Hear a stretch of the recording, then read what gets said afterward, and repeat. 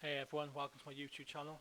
So recently on Monday afternoon I'm posting out a write-up of a preview of the players and my prediction for each week's action of the Monday night pool, which the current event is the Champions League pool run by Ultimate Pool. It's on Free Sports every Monday night 7 p.m. Yeah, it's available on Sky. It's available on Sky, Freeview and the Free Sports website. The matches for the first 4 weeks are still on the Free Sports app.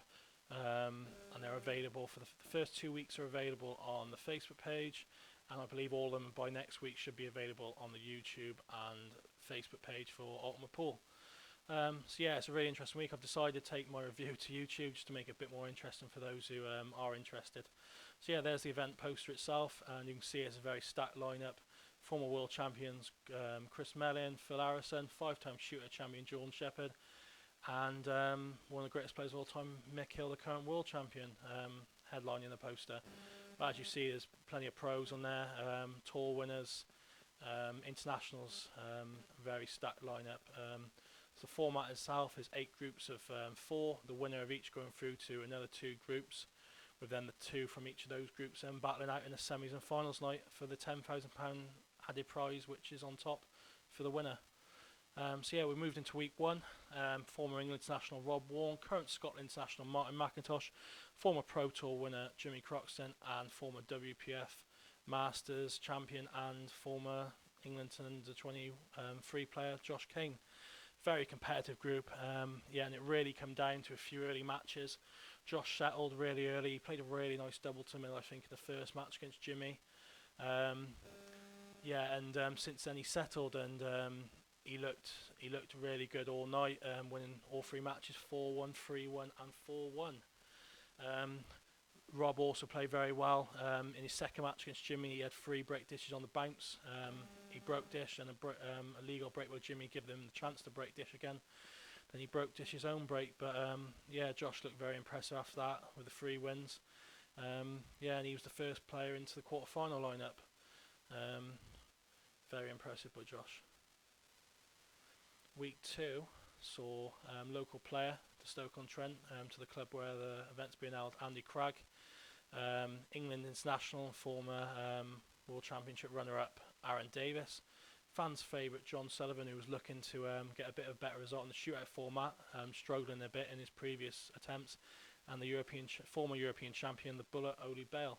But yeah, Aaron was the bookie's favourite, and he came through with all 3 wins. It did get a bit exciting towards the end of this match against Oli. Oli played a really good shot to give him the chance to clear, which would have then meant Aaron and John Sullivan would have been tied on points, and would have gone to a 6-red finish. But Aaron really showed his class, and going into when he played a 4-1 in the first lockdown at this format, people were questioning how well he would do at this quick format, but he's really adapted well and really settled. Been really impressive so far, and he's joined Josh Kane in Group 1 of the quarterfinals. Week 3, yeah, that's myself. Myself was joined with former world champion Phil Harrison, one of the greats of the game, multiple Pro Tour winner, world semi-finalist Rob Chilton, and under 23 or former England under 23 international Sam Bircher. Sam was really impressive all night. I thought he played really well, and if he was in any other group, he might have had a chance of qualifying. But how competitive the group was with Rob and Phil. Both the first 2 matches went to a draw. Myself against Phil, I really let him off the hook. He really struggled first game. I had the chance to capitalise. I couldn't take it, and he managed to claw a draw against me in the first match when I should have won. And then after that, he played really perfect. He really got used to the table. Rob saw off myself second game, which gave him a chance then when Phil beat Sam in the second game. It came down to shootout. The last match, the winner would progress. It was a draw. It'd go to a 6-red, so it was really a send-off match between Rob and Phil.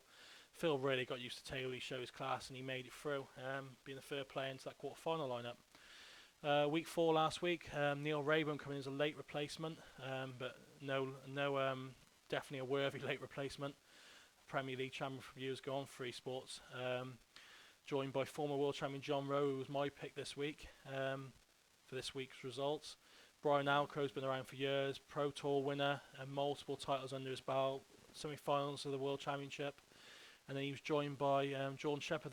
They were joined by Jordan Shepherd, the 5-time shootout champion. This was being called the Group of Death, and it was very competitive.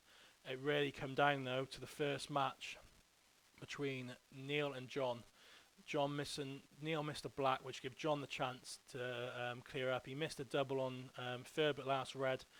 He probably would have cleared from there. He might have got, and he won his next 2 games, so he would have gone 3 from 3. But Neil did see off the next 2 players and make it through. He was very impressive, and Jordan was slightly off the boil that night. He's played so well in this shootout format, and we kind of expect him to play like that all the time. It just wasn't for him this time, and it was Neil who made it through.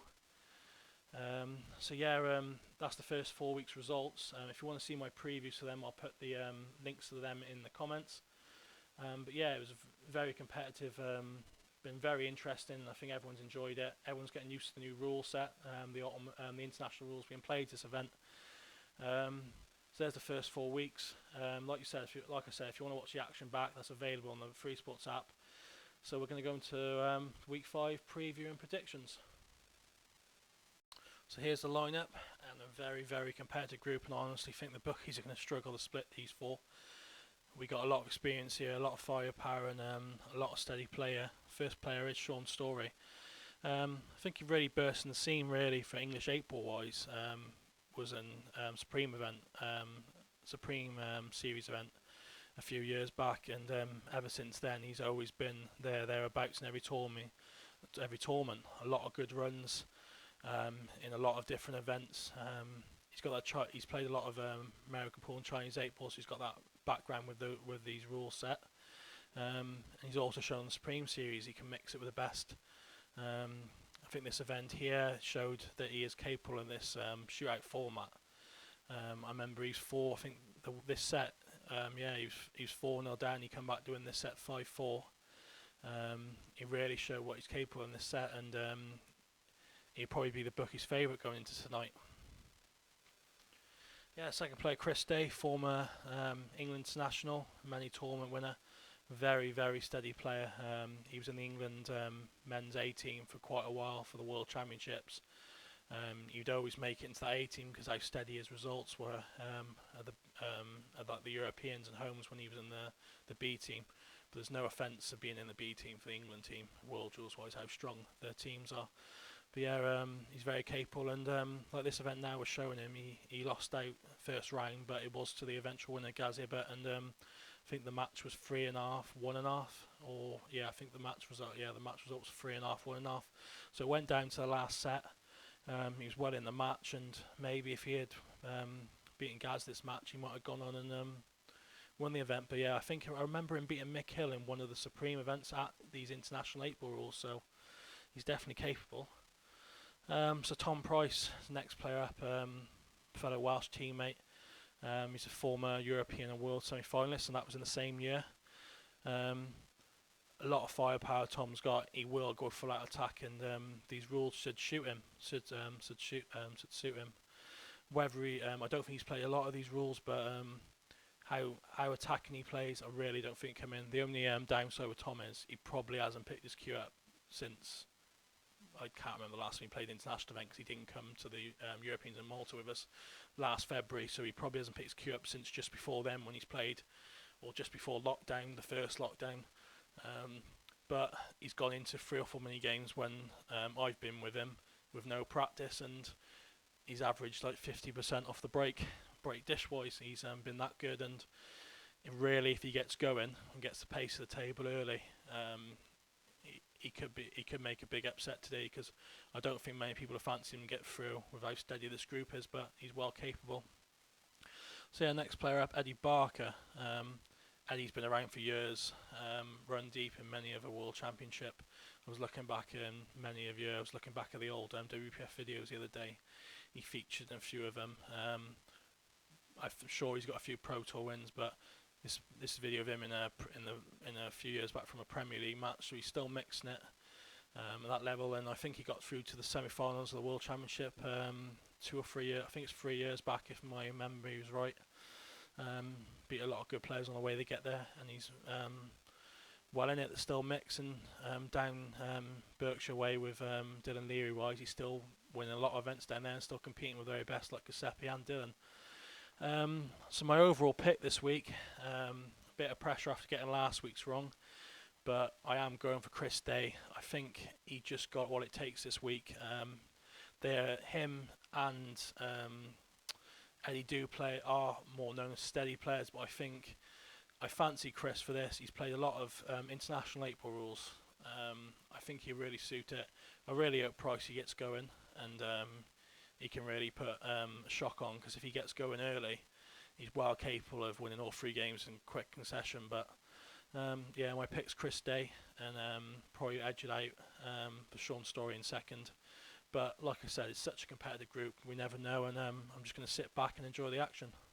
Hey everyone, if you enjoyed the video, please hit the subscribe button for more content.